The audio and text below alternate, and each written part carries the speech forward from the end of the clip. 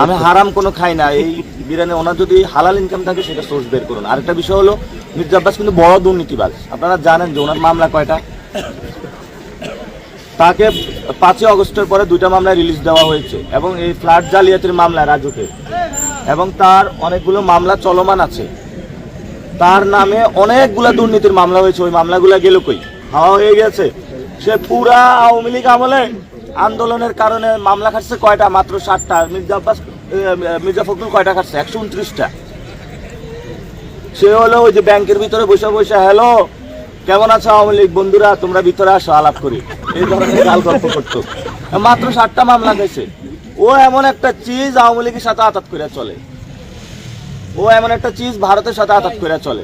পুরা ঢাকাটা একটা সন্ত্রাসী রাজত্ব গড়ে তুলছে।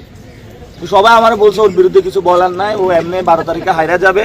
পচা মাল নিয়ে কিছু বলার দরকার নাই।